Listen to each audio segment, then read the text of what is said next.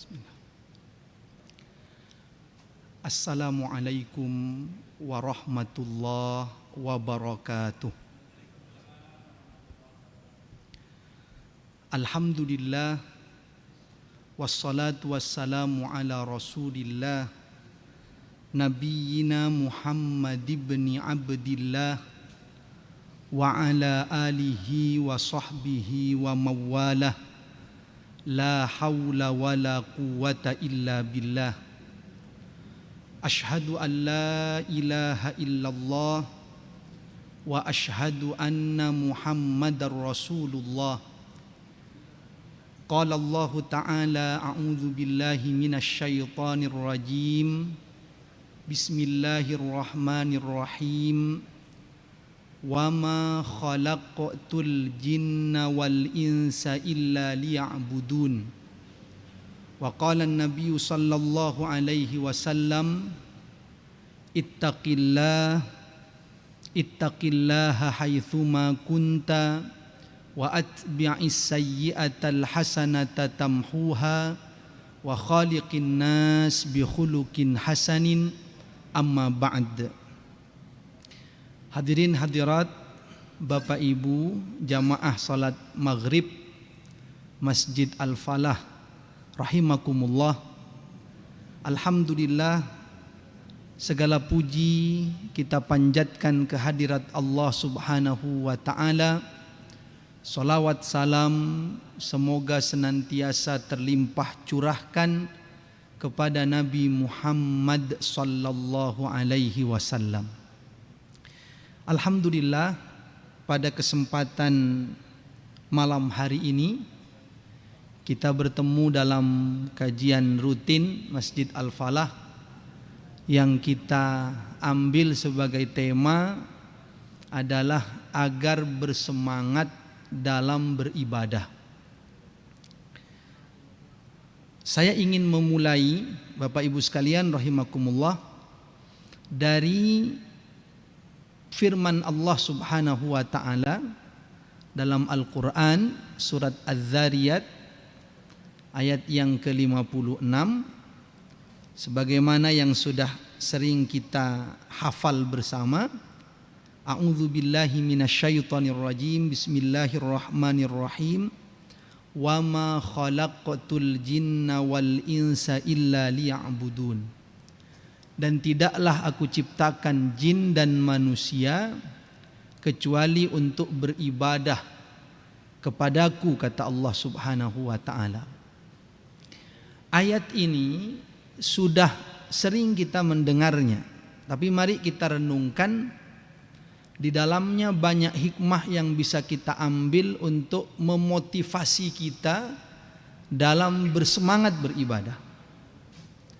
Apa itu? Yang pertama, kita bisa renungkan dari ayat ini. Jadi Allah Subhanahu wa ta'ala tidak akan menciptakan kita kalau tidak untuk tujuan agar kita beribadah kepada Allah Subhanahu wa ta'ala. Artinya bahwa hidup yang Allah karuniakan kepada kita ini semuanya diinginkan oleh Allah untuk kita gunakan beribadah kepada Allah Subhanahu wa ta'ala. Nikmat yang Allah karuniakan ini semuanya, rizki, sehat, hidup ini, semuanya itu diinginkan oleh Allah untuk kita gunakan sepenuhnya beribadah kepada Allah Subhanahu wa ta'ala. Lihat betapa banyak nikmat hidup ini, Bapak Ibu sekalian rahimakumullah. Kita diberi sehat, berapa sehat ini. Kita diberi rizki dari mulai sejak di rahim ibu kita dilahirkan sampai sekarang. Berapa rizki ini. Kita diberi fasilitas alam ini, udaranya, airnya, buah-buahannya, makanannya, semua yang Allah hadirkan untuk kita ini, kata Allah, Allah ingin kita gunakan untuk beribadah semuanya kepada Allah Subhanahu wa ta'ala. Mari kita ambil pengibaratan untuk mendekatkan pemahaman kita dan memotivasi kita. Orang itu, Bapak Ibu sekalian rahimakumullah, kalau dia untuk mendapatkan sesuatu yang dia anggap berharga dalam hidupnya, maka dia akan berani membayar dengan harga yang pantas, harga yang layak. Orang sakit, Bapak Ibu, itu kalau dia dikatakan kepadanya ada dokter yang top, ada rumah sakit yang bagus, kalau engkau mau berikhtiar untuk sembuh, maka sekian biaya operasinya, sekian biaya rumah sakitnya. Kan ini dokternya top, spesialis, dan rumah sakitnya bagus. Maka orang akan berani membayar yang pantas karena dia akan mendapatkan sesuatu yang berharga dalam hidupnya, kesehatan. Kenapa dia bisa membayar mahal? Bahkan mungkin dia jual sebagian hartanya kalaupun dia tak mampu untuk membayar itu. Kenapa? Karena pantas bagi dia. Memang dokternya bagus, operasinya bagus, alatnya canggih, dia berharap ada kesembuhan, maka pantas untuk dia bayar dengan harga yang mahal, dengan harga yang layak, harga yang pantas. Mari kita lihat contoh lain, Bapak Ibu rahimakumullah. Orang untuk dapat rumah yang layak, yang nyaman untuk dia tinggali, bangunannya bagus, mungkin berada di pusat kota, fasilitasnya bagus, orang akan merasa wajar, masuk akal, logis untuk dia mengeluarkan biaya yang pantas, yang layak. Oh, pantas itu mahal, dia rela mengeluarkan hartanya, bahkan dia bekerja siang malamnya mencari nafkah, keringatnya dia tabung, lalu dia berikan untuk mendapatkan rumah yang layak itu. Kenapa? Karena bagi dia itu pantas, itu harga yang layak, harga yang pantas untuk dia dapatkan kenyamanan itu bersama keluarganya, bersama anak-anaknya di rumah. Saya ambil satu contoh lagi. Orang dalam perjalanan, dia kalau memilih kendaraan, apakah kelas yang bisnis ya, atau yang biasa, orang akan rela mengeluarkan harta yang lebih. Kenapa? Karena bagi dia pantas untuk dia dapatkan kenyamanan, fasilitas di perjalanan itu. Dia berani bayar yang lebih. Orang mau beli kendaraan yang mewah, keluar dia harta yang banyak. Kenapa? Oh, itu pantas. Itu fasilitasnya yang bisa dia dapatkan dari kendaraan itu, kenyamanannya, kenikmatannya nyaman, maka layak untuk dia bayar dengan harga yang mahal, yang pantas. Itu logis, itu wajar. Mari kita tarik pemahaman ini untuk menyemangati kita dalam beribadah. Kalau untuk dokter yang kita anggap bisa melakukan operasi untuk penyakit kita dan kita berharap kesembuhan darinya, kita mengatakan pantas harga sekian. Kalau untuk rumah tadi kita katakan pantas harga sekian untuk kenyamanan kita. Kalau untuk kendaraan tadi pantas harga sekian. Pertanyaannya adalah berapa harga yang pantas untuk kita bayarkan kepada Tuhan, kepada Allah Subhanahu wa taala atas segala nikmat karunia dalam hidup yang Allah berikan kepada kita. Berapa harga yang pantas untuk kita bayar kepada Tuhan? Allah tidak hanya memberikan operasi sebagaimana dokter tadi, tapi Allah bahkan memberikan kesembuhannya, kesehatannya. Allah tidak hanya memberikan rumahnya yang layak, tapi bahkan kebahagiaannya bersama keluarga, anak-anak yang salih salihah, suami istri yang menyejukkan pandangan. Berapa harga yang pantas untuk kita bayar kepada Tuhan dengan segala nikmat? Mari kita objektif pada diri kita itu. Kita logis berpikirnya. Kita untuk dunia tadi pantas itu dibayar dengan harga yang mahal. Itu nyaman tuh. Itu kendaraannya kelas elit tuh. Itu layak. Bahkan kita korbankan pekerjaan kita tabung selama ini, kita rela berikan. Pantas karena kita sudah dapat kenyamanan dari situ. Allah tidak hanya memberikan kenyamanan di perjalanan, bahkan keselamatan dari celaka. Selamat celaka kita itu dalam genggamannya Allah Subhanahu wa ta'ala. Sekali lagi, untuk dokter kita pantas membayar sekian, untuk rumah kita pantas membayar sekian, untuk kendaraan yang layak, yang nyaman kita pantas membayar sekian. Berapa harga yang pantas untuk kita bayar kepada Tuhan untuk seluruh nikmat yang Allah karuniakan? Sehat kita yang mahal luar biasa ini, rizki yang Allah berikan ini, anak-anak, keluarga, berapa yang pantas kita bayar kepada Tuhan? Berapapun yang kita bayar tak pernah pantas. Karena kata Allah, jangankan untuk membayarnya, bahkan untuk menghitung nikmatnya saja tak mampu. Menghitungnya saja tak mampu, apalagi membayarnya. Kata Allah dalam Al-Quran, a'udzubillahi minasyaitonirrajim, wa in ta'uddu ni'matallahi la tuhsuha. Kalau engkau mau menghitung nikmatnya Allah, maka engkau tidak akan pernah mampu untuk menghitung. Jadi tak bisa kita membayar. Yang Allah ingin dari kita, gunakan semua ini untuk tersungkur dalam ruku sujud kita kepada Allah Subhanahu wa ta'ala.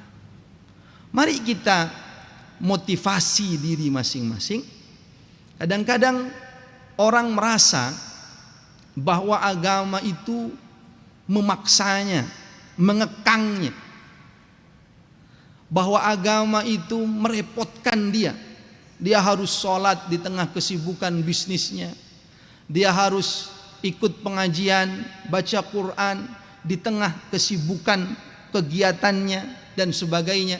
Maka mari kita berpikir secara logis saja, bahwa untuk yang seperti tadi, contoh-contoh duniawi, kita merasa itu wajar.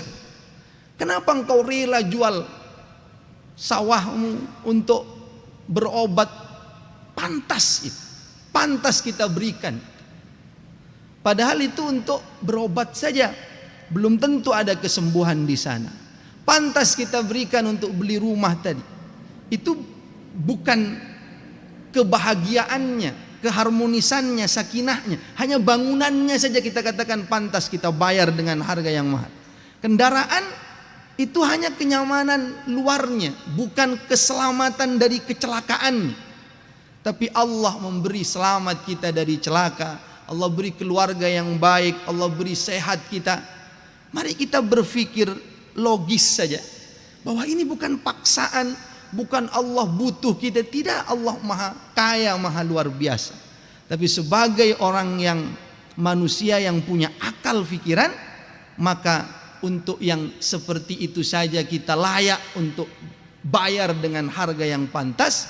Lalu berapa untuk kita bayar kepada Tuhan, kepada Allah Subhanahu wa ta'ala? Maka hanya untuk sholat di tengah kesibukan itu ringan dibanding banyaknya nikmat Allah yang luar biasa. Hanya untuk dipanggil sholat zuhur di tengah bisnisnya itu kecil, ringan. Hanya berapa menit itu kita gunakan. Sementara nikmat Allah yang dahsyat, yang banyak dikaruniakan oleh Allah Subhanahu wa ta'ala kepada kita selama ini. Maka jangan ada rasa terpaksa, jangan ada rasa berat, tapi ini adalah wujud syukur kita, terima kasih kita, yang walaupun kita gunakan semuanya untuk beribadah juga tak pernah bisa mampu membayar nikmat Allah Subhanahu wa ta'ala. Dan ini Bapak Ibu rahimakumullah dicontohkan langsung oleh Rasulullah sallallahu alaihi wasallam. Rasa berterima kasih syukurnya ini dalam beribadah, itulah yang dicontohkan Nabi. Kita tahu kisahnya Nabi itu kalau sholat malam bengkak kakinya. Ketika bengkak kakinya ditanya oleh Aisyah radhiyallahu anha, ibunda Aisyah radhiyallahu anha, kenapa Nabi engkau sebegitunya dalam beribadah. Padahal sudah diampuni dosamu yang telah lalu, yang akan datang dijamin surga. Sampai dalam hadis itu disebutkan hattan tafakhat qadamahu, sampai bengkak kaki beliau. Apa kata Nabi Muhammad sallallahu alaihi wasallam? Afala akunu abdan syakura. Lihat, tidakkah aku mau wahai Aisyah untuk menjadi hamba yang pandai bersyukur kepada Allah Subhanahu wa taala. Tak terasa kaki Nabi bengkak karena syukurnya kepada Allah atas segala nikmat dan karunia Allah Subhanahu wa taala. Maka berhentilah merasa terkekang dalam ibadah, merasa dipaksa, merasa tidak diberi kebebasan. Enggak. Allah maha kaya, maha luar biasa, tak butuh kita. Tapi ini adalah wujud yang pertama, harga yang pantas untuk kita bayar kepada Tuhan, kepada Allah atas segala nikmat yang luar biasa, yang itu pun semua dibayarkan juga tak pernah mampu membalas nikmat karunia Allah Subhanahu wa taala. Bahkan menghitung saja tadi kita tak mampu, apalagi membalas nikmat-nikmat Allah Subhanahu wa taala. Nabi itu Pak sampai bengkak kakinya sholat tahajud tak terasa. Kita ada Pak yang bengkak kaki kalau sholat tahajud? Ada kira-kira Pak? Ada yang bilang katanya ada Ustadz, tapi bengkaknya karena asam urat katanya Pak, naik gunung. Maka ini harus ada kesadaran dalam diri kita. Untuk contoh-contoh tadi saja kita begitu, apalagi untuk nikmat karunia Allah yang luar biasa. Maka tersungkurlah dalam rukuk dan sujud kita kepada Allah Subhanahu wa taala. Kadang-kadang kita Pak, jangankan sholat tahajud, tarawih lama sedikit saja, nah itu suka gerundel Pak. Padahal berapa nikmat karunia Allah yang luar biasa. Tentu imam juga menyesuaikan dengan makmumnya. Tapi kita juga rasanya untuk apalagi di 10 malam terakhir, kita berikan yang terbaik seoptimal kemampuan kita. Saya pernah ngimami Pak di salah satu masjid. Saya lihat masih muda-muda, yang sepuh pun sehat. Saya coba Pak, saya baca 1 halaman.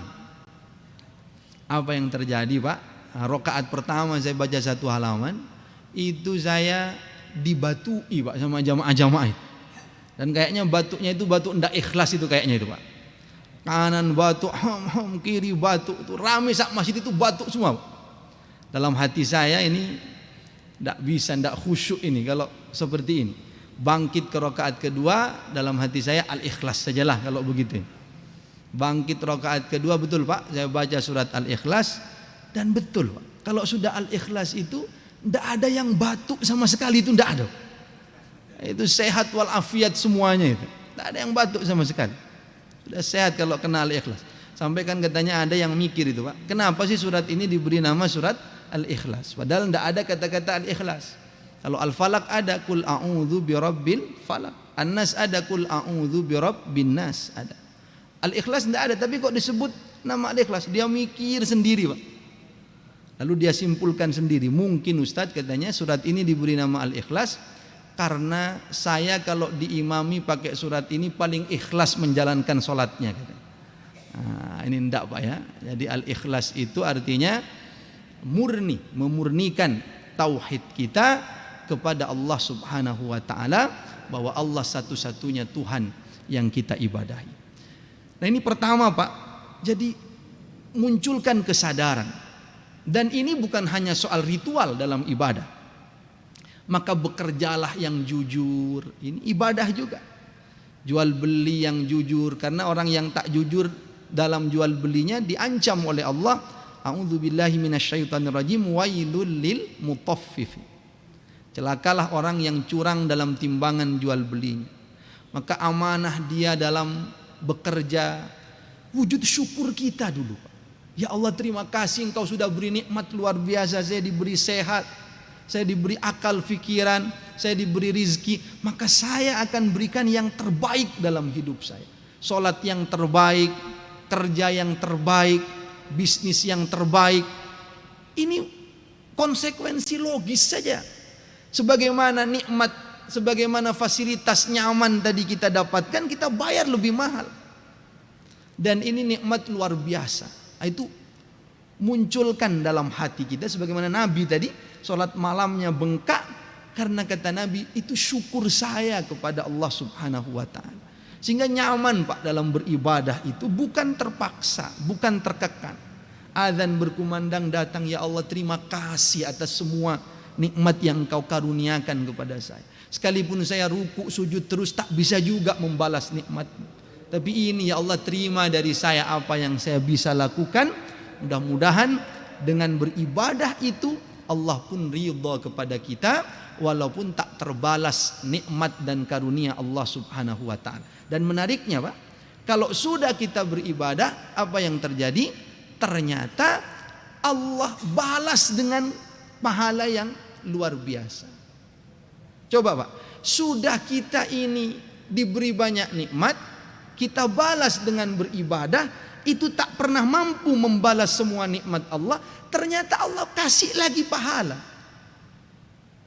Jadi kita ini makin tak bisa membalas nikmat karunia Allah Subhanahu wa taala. Andai Allah tak kasih pahala pun, sebenarnya itu dengan nikmat-nikmat yang banyak itu saja belum cukup kita balas dengan ibadah. Nah ini kita mau beribadah, Allah balas lagi dengan pahala. Tak Allah sia-siakan. Minimal berapa Pak balasan pahala kita itu kalau kita beribadah?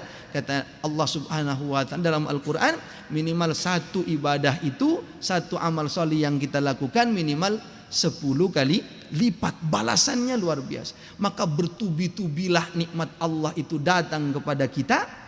Sudahlah kita balas dengan ibadah, Allah balas lagi dengan nikmat karunia yang luar biasa. Allah semakin berikan lagi rizkinya. Wa may yattaqillaha yaj'al lahu makhraja wa yarzuqhu min haitsu la yahtasib. Sedangkan nikmat rizki saja belum tuntas kita balas dengan ibadah, tapi kita beribadah, kita bertakwa, dibalas lagi dengan rizki dari arah yang tidak disangka-sangka, kata Allah Subhanahu wa taala. Nah, ini bekal pertama Pak. Mungkin dalam kesempatan yang singkat ini, hadirkan rasa itu dalam hati kita, maka tak ada rasa berat dalam beribadah.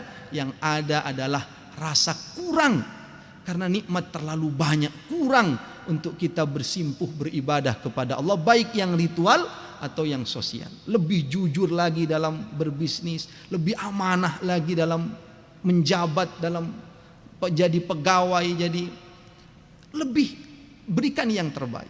Sebab Allah Subhanahu wa taala sudah beri yang banyak untuk kita. Dalam surat Al-Kahfi itu Allah berfirman, a'udzubillahi minasyaitonirrajim, bismillahirrahmanirrahim. Inna ja'alna ma'alal ardi zinatan laha linabluwahum ayyuhum ahsanu amala. Kami sudah berikan fasilitas di dunia ini untuk menguji kalian, siapa di antara kalian yang terbaik amalnya kepada Allah Subhanahu wa taala. Maka poin pertama Pak, jadikan ibadah ini rasa syukur, maka bersemangat kita, tidak ada berat dalam beribadah. Sebab yang kita lakukan sholat, puasa, jadi orang yang jujur, itu pun masih kurang untuk membalas nikmat karunia Allah Subhanahu wa taala. Maka kita mohon ampun kepada Allah atas kekurangannya, kita mohon diterima ibadah ini oleh Allah Subhanahu wa taala, dan Allah akan karuniakan lagi pahala, Allah karuniakan lagi rizki dari arah yang tidak disangka-sangka. Maka kita terus dalam balutan nikmat Allah, kita terus dalam balutan ibadah kepada Allah Subhanahu wa taala sampai ajal menjemput kita nanti, sebagaimana firman Allah, wa'bud rabbaka hatta ya'tiyakal yakin, dan terus sembah Tuhanmu sampai datang kematian kepadamu. Saya kira itu dari saya Pak, karena waktunya hanya 20 menit katanya. Mungkin ingin disambung dengan tanya jawab, saya persilahkan. Oh ya, silakan.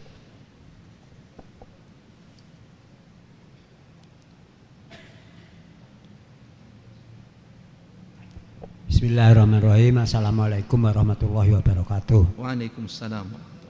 Ustaz tadi menyebutkan asanu amala, yang terbaik.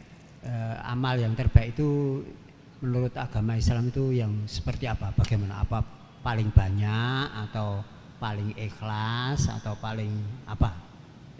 Matur nuwun. Baik, Pak.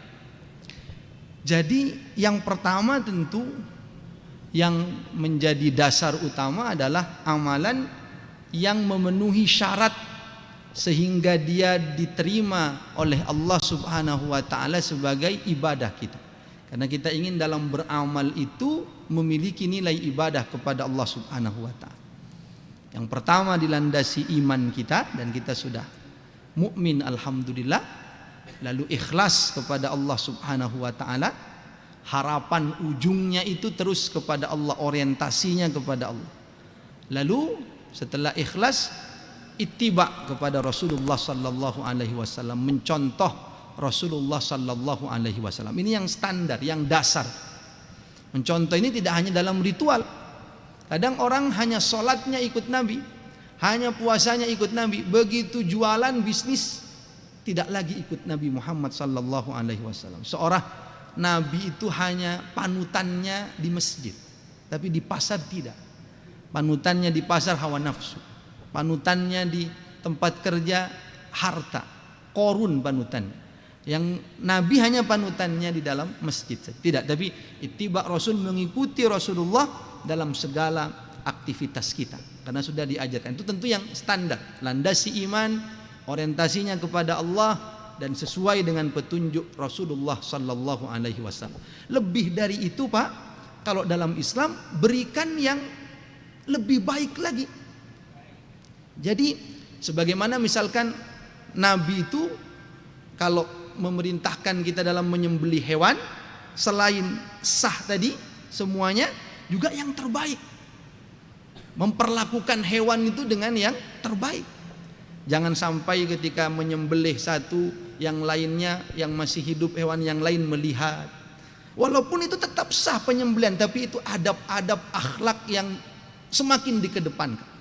Nah itu lebih lagi. Contoh, Pak, sholatnya sudah bagus, kalau bisa datanglah sebelum azan, kata Nabi, sehingga dia nanti bisa ada sholat tahiyatul masjidnya, ada sholat qobliyahnya. Jadi lebih lagi, lebih istimewa lagi. Jadi selain tadi standarnya ikhlas, dibangun di atas iman, mengikuti sunnah, mengikuti tuntunan Nabi Muhammad SAW, lalu berikan lagi sisi-sisi yang terbaik yang bisa kita lakukan, datang sebelum waktunya. Maka Pak, ada ungkapan tuh Pak yang luar biasa, dan saya sampaikan juga dalam salah satu kajian saya di kantor. Jadi Islam itu ternyata tidak menganjurkan, ini bahasanya harus hati-hati Pak, tidak menganjurkan umatnya datang tepat waktu.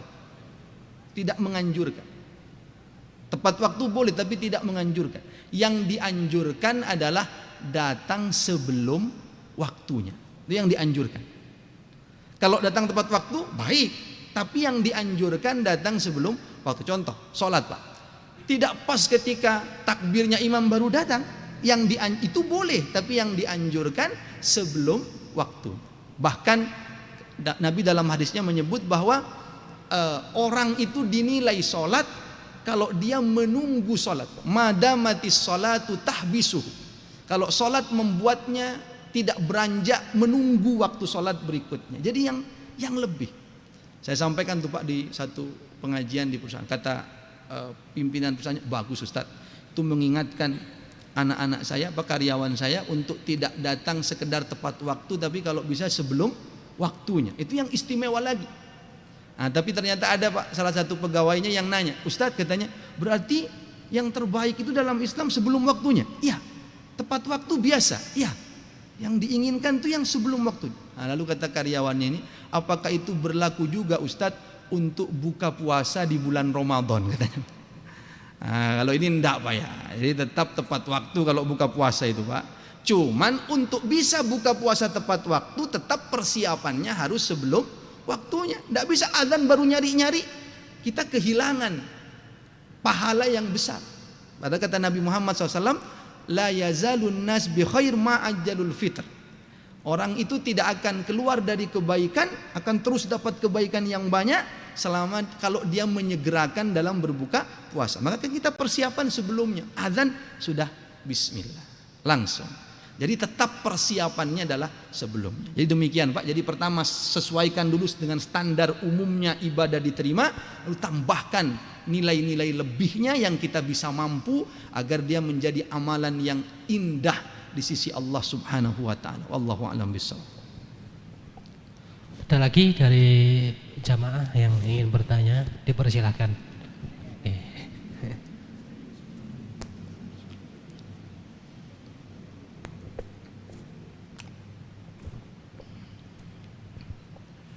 Bismillahirrahmanirrahim. Ustadz, apa kiat-kiat yang bisa memotivasi kita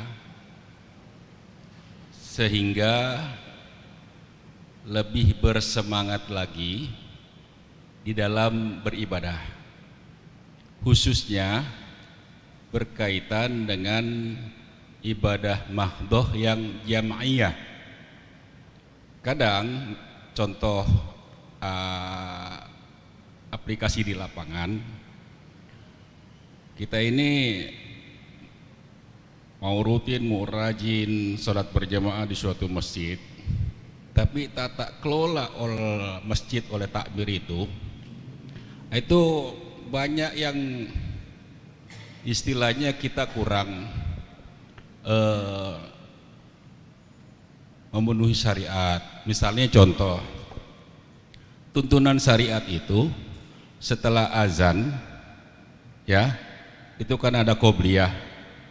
Tapi ini setelah azan dia ada orang qobliyah, dia enak-enak sholawatan pakai speaker. Mohon petunjuk Ustaz, terima kasih. Baik. Jadi sebenarnya ada beberapa poin nanti Pak yang ingin saya bahas ini, cuman karena waktunya jadi masih satu poin saja tentang bagaimana memberi kesadaran dulu tentang rasa syukur tadi. Nanti ada beberapa poin yang lain, diantaranya bagaimana kita mencari komunitas lingkungan yang baik ya, untuk saling menguatkan. Karena kata Allah Subhanahu wa taala, firman Allah, tidak hanya beriman, amal salih, tapi juga tawasau bil haqqi wa tawasau bis sabr, saling mewasiatkan dalam kebenaran dan kesabaran. Itu penting sekali. Bahkan Nabi mengatakan almar'u ala dini khalilihi, seseorang itu bergantung atau sangat dipengaruhi oleh agama teman.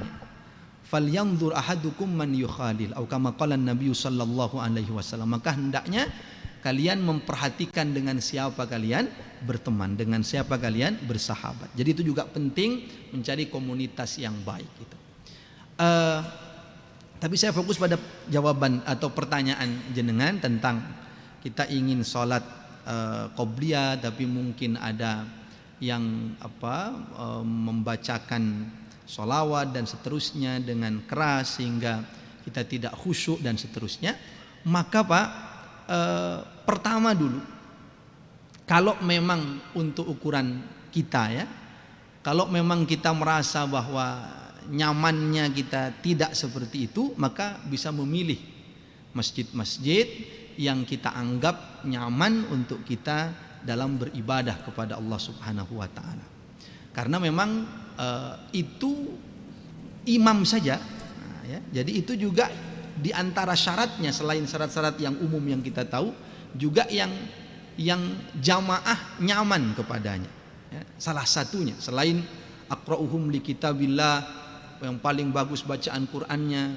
Kalau semuanya kata Nabi kalau sama, fa in kanu fil qiraati sawa, kalau sama dalam bacaan maka a'lamuhum bis sunnah, yang lebih faham sunnah dan seterusnya. Tapi salah satunya nanti kata para ulama, selain syarat-syarat itu juga adalah yang nyaman jamaah kepadanya. Artinya Bapak bisa memilih yang memang Bapak nyaman, masjid-masjid yang memang nyaman. Itu pertama kalau dari sisi kitanya, dari sisi Bapaknya. Tapi yang kedua Pak, bahwa menyikapi yang seperti itu tentu Pak dalam mengukur sebuah amalan atau perbuatan yang dilakukan ya, itu juga kadang-kadang tidak bisa mengukurnya langsung dengan sesuatu yang paling ideal. Artinya kalau diukur langsung dengan yang paling ideal, mungkin kita akan banyak merasa ini tak ideal semua gitu.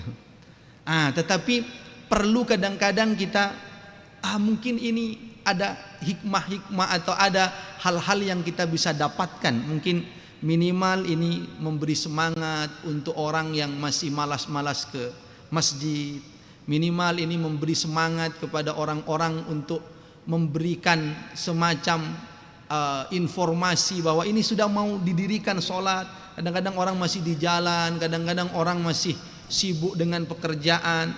Jadi minimal ada hal-hal yang positif-positif yang kita bisa dapatkan walaupun tidak ideal. Karena itu kalau kepada kita sendiri, pilihlah yang kita merasa paling nyaman. Tapi kalau kita menilai, itu kira-kira kita bisa sesuaikan juga dengan kondisi dan situasi yang ada.